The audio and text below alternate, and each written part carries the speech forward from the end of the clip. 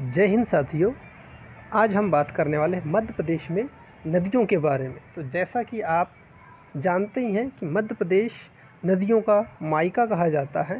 तो आज हम देखने वाले मध्य प्रदेश में नदियों को समझने से पहले उसके अपवाह तंत्र, उसके बहाव के, उसके जाल के बारे में हम थोड़ा सा समझने का और समझाने का प्रयास करते हैं। तो सबसे पहले हम देखते हैं अपवाह तंत्र अर्थात जाल, एक प्रकार का जाल। तो नदी तथा उसकी सहायक नदियों के द्वारा जो धाराएं निर्मित की जाती है उसे ही हम अपवाह तंत्र कहते हैं। यह एक प्रकार का जाल तंत्र होता है या जल तंत्र होता है, क्योंकि नदियां जल को प्रवाहित करती है, इसलिए हम उसको जल तंत्र कहते हैं या इसे नेटवर्क के नाम से भी जाना जाता है।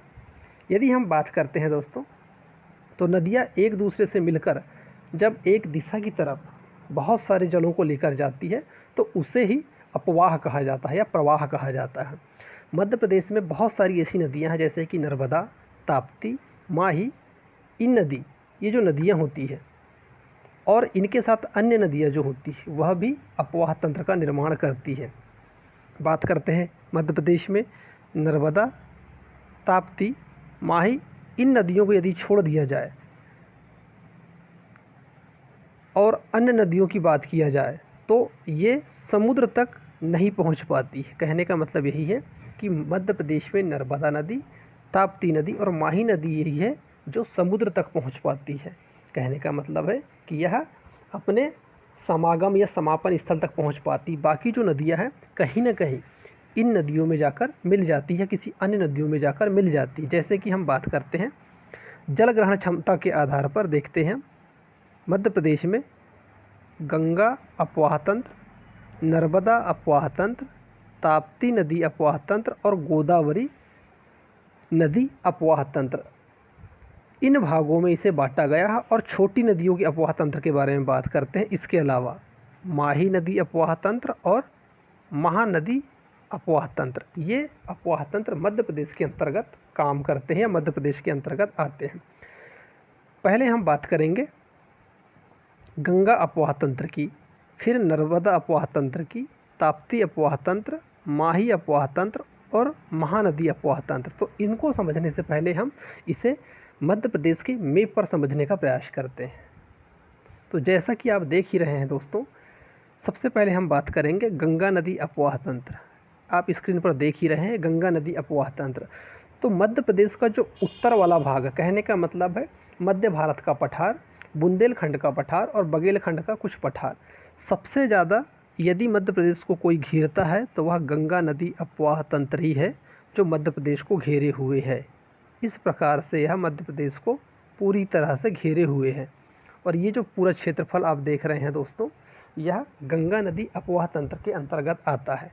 हम इसे विस्तार से समझने का आगे प्रयास करेंगे। फिर आता है हमारा नर्मदा नदी अपवाह तंत्र। नर्मदा नदी अपवाह तंत्र आप देख ही रहे हैं, इस प्रकार से पिंक कलर से यहाँ पर इलेबोरेट किया गया है इसे। तो आप देख ही रहे हैं बड़ा सुंदर सा तरीक़ा से यहाँ पर मैप के ज़रिए यहाँ पर बताया गया है। यदि हम बात करते हैं इसके बाद, तो गोदावरी नदी अपवाह तंत्र, गोदावरी नदी अपवाह तंत्र को आप देख ही रहे हैं कि इस प्रकार से यहाँ पर मानचित्र पर हम देखने का और समझने का प्रयास करते हैं। तो गोदावरी नदी जो अपवाह तंत्र है, गोदावरी नदी के अंतर्गत हमारी वैनगंगा जो नदी है, हमारा जो क्षेत्र पड़ता है पेंच नदी वाला क्षेत्र पड़ता है, छिंदवाड़ा, सिवनी और बालाघाट मुख्य रूप से यह क्षेत्र इसके अंतर्गत आता है। फिर हम देखने का प्रयास करते हैं और समझने का कि हमारे पास जो है वह ताप्ती नदी अपवाह तंत्र भी है। तो ताप्ती नदी अपवाह तंत्र के अंतर्गत आप देख ही रहे हैं कि कौन सा क्षेत्र यहाँ पर देखने को आता है। फिर छोटे अपवाह तंत्र के अंतर्गत माही नदी का अपवाह तंत्र यहाँ पर देखने को मिलता है हमें, और महानदी जो मुख्य रूप से अधिकांश भाग अब उसका छत्तीसगढ़ में चला गया है। तो हमने दोस्तों देखने का और समझने का प्रयास किया मानचित्र के द्वारा। यह जो क्रेडिट है इस मानचित्र के द्वारा जो समझाने का प्रयास किया गया है वह water source department Madhya Pradesh, इसके द्वारा इसे समझाने का प्रयास किया गया है। आगे हम देखते हैं गंगा नदी या गंगा अपवाह तंत्र के बारे में। तो गंगा अपवाह तंत्र के बारे में अगर से देखते हैं दोस्तों, तो गंगा नदी मुख्य रूप से जो है बंगाल की खाड़ी की नदी है। इसके अंतर्गत मध्य प्रदेश की जो नदियां हैं इसमें जाकर मिलती है मुख्य रूप से। यहाँ पर हम देखते हैं और समझने का प्रयास करते हैं। राज्य का जो विस्तृत उत्तरी भाग है वह गंगा नदी में पहुंचता है। उत्तरी भाग का जो भी जल है मध्य प्रदेश के अंतर्गत का, वह गंगा नदी में जाकर पहुंचता है, जो बंगाल की खाड़ी में जल को प्रवाहित कर देती है या पहुंचा देती है। गंगा नदी अपवाह तंत्र जो है मध्य प्रदेश का सबसे बड़ा नदी अपवाह तंत्र है। यदि हम इसके क्षेत्रफल की बात करते हैं दोस्तों तो 1,81,065.5 वर्ग किलोमीटर के अंतर्गत यह अपवाह तंत्र फैला हुआ है मध्य प्रदेश के अंतर्गत। इसके अंतर्गत लगभग इस अपवाह तंत्र के अंतर्गत लगभग 35 ज़िले पूर्ण रूप से या आंशिक रूप से, थोड़े रूप से देखने को मिलते हैं। यदि हम गंगा नदी अपवाह तंत्र की बात करते हैं तो इसे भी 3 भागों में बांटा गया है। क्यों? क्योंकि यहाँ पर 3 भाग, जो 3 नदियाँ ऐसी मुख्य है जो गंगा नदी में आकर समाहित होती है। यमुना नदी, जिसे यमुना अपवाह तंत्र या अपवाह क्षेत्र कह सकते हैं, टोंस नदी, जिसे हम टोंस अपवाह क्षेत्र बोल सकते हैं, और तीसरी है सोन नदी, जो सोन अपवाह क्षेत्र इसे बोला जाता है। दोस्तों, इसमें समझने वाली मुख्य बात यहाँ पर है, देखिए आप ध्यान से, आप अगर से यहाँ पर देखेंगे तो नोट के रूप में लिखा हुआ है। किसके बारे में? गंगा अपवाह तंत्र के बारे में। गंगा अपवाह तंत्र के बारे में जो हमारी मध्य प्रदेश की सबसे बहु प्रचलित या यूँ कहें ट्रेंडिंग में चलने वाली बुक है तथ्यबाण, उसके द्वारा जो बताया गया है 1,81,065.5 वर्ग किलोमीटर, परंतु अन्य पुस्तकों में इसे बताया गया है 1,83,104 वर्ग किलोमीटर। तो आप इन्हें भी समझने का प्रयास करिए दोस्तों। जहाँ पर नोट लिखा है उसे आप अच्छे से अपने माइंड में मैप की तरह बिठाने का प्रयास करेंगे। यदि हम बात करते हैं गंगा अपवाह तंत्र के बारे में तो यमुना अपवाह क्षेत्र, टोंस अपवाह क्षेत्र और सोन अपवाह क्षेत्र को इसमें शामिल किया गया है। इनके अंतर्गत भी अन्य प्रकार की नदियां हैं। यदि हम गंगा अपवाह तंत्र की बात करते हैं तो इसके अंतर्गत सबसे ज़्यादा यदि किसी प्रदेश का योगदान रहा है तो वह है उत्तर प्रदेश। यहाँ पर 28.02% इसका योगदान रहा है। मध्य प्रदेश का दोस्तों 21.02% इसका योगदान रहा है। राजस्थान की बात करते हैं हम तो 13.06% इसका योगदान रहा है, और क्रमशः ऐसे ही बिहार, पश्चिम बंगाल, उत्तराखंड, झारखंड, हरियाणा, छत्तीसगढ़, हिमाचल प्रदेश, दिल्ली, इनका कहीं ना कहीं गंगा अपवाह तंत्र में योगदान रहा है। आगे हम देखते हैं दोस्तों गोदावरी नदी अपवाह तंत्र।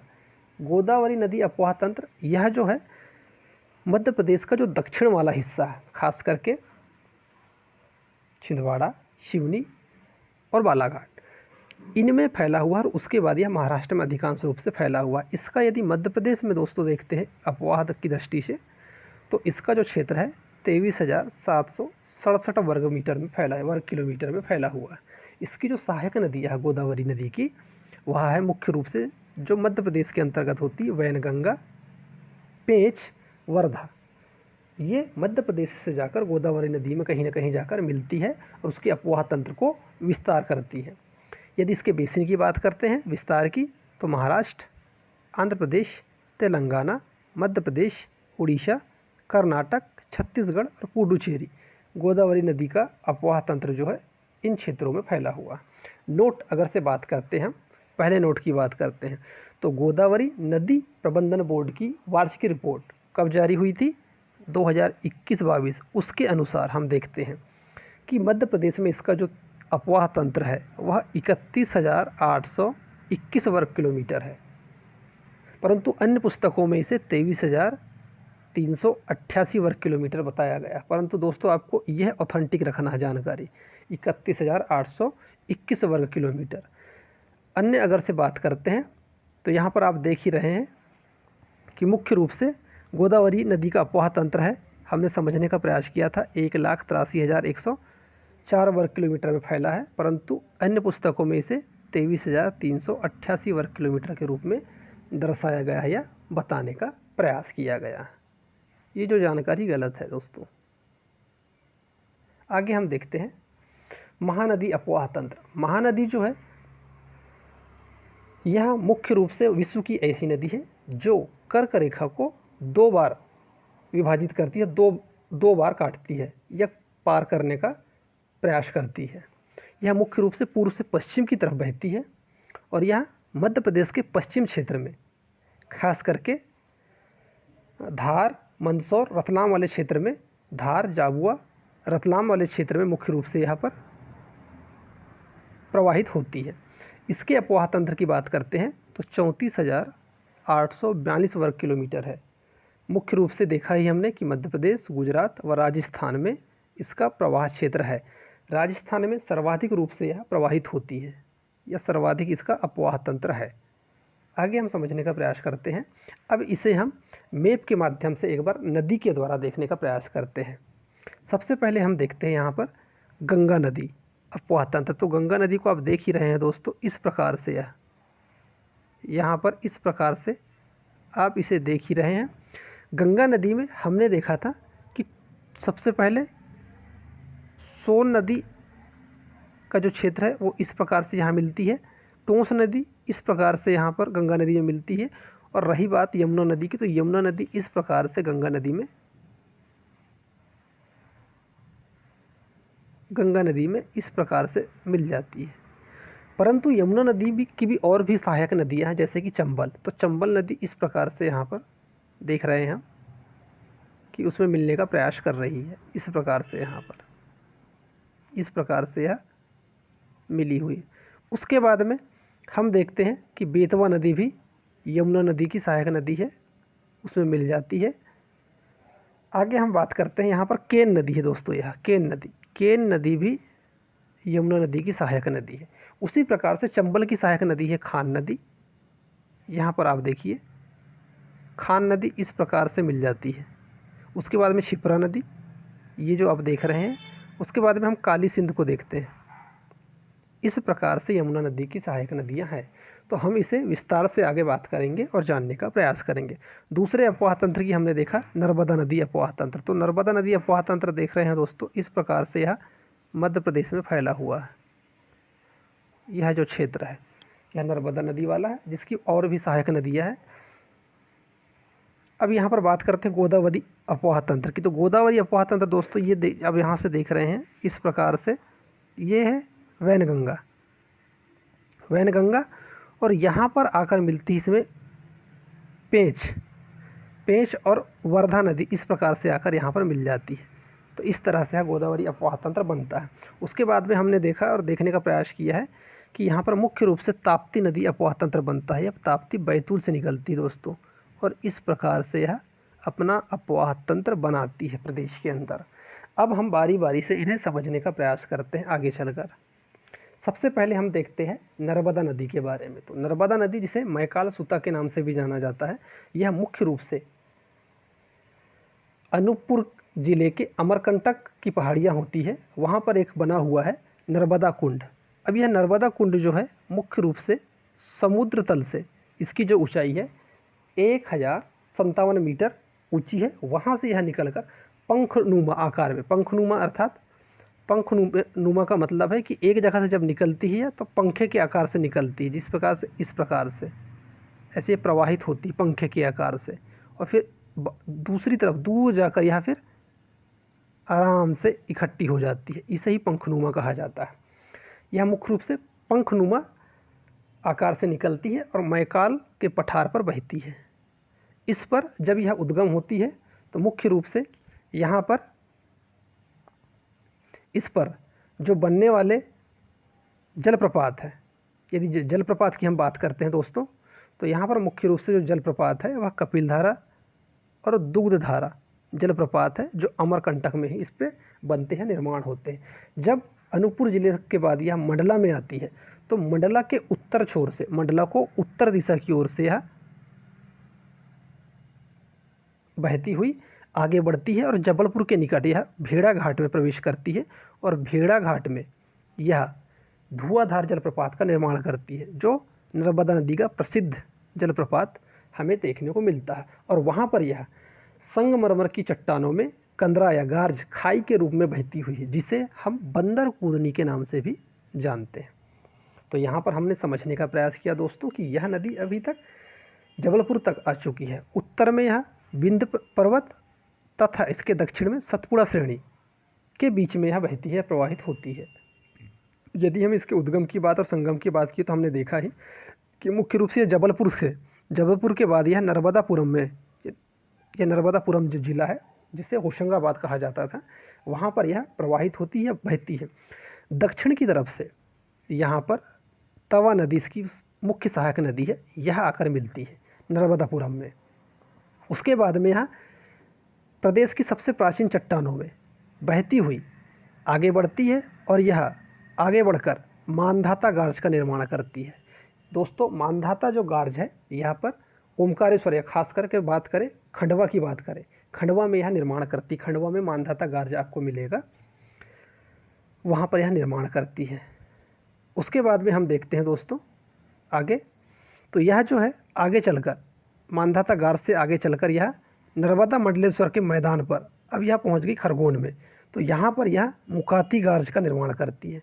देख ही रहे हैं आप दोस्तों कि मुख्य रूप पर यहाँ पर आप कि यह जो प्रश्न है मुकाती गार्ज वाला, यह जो प्रश्न है मध्य प्रदेश में MPPSC ARE 2022 में यह प्रश्न पूछा गया है।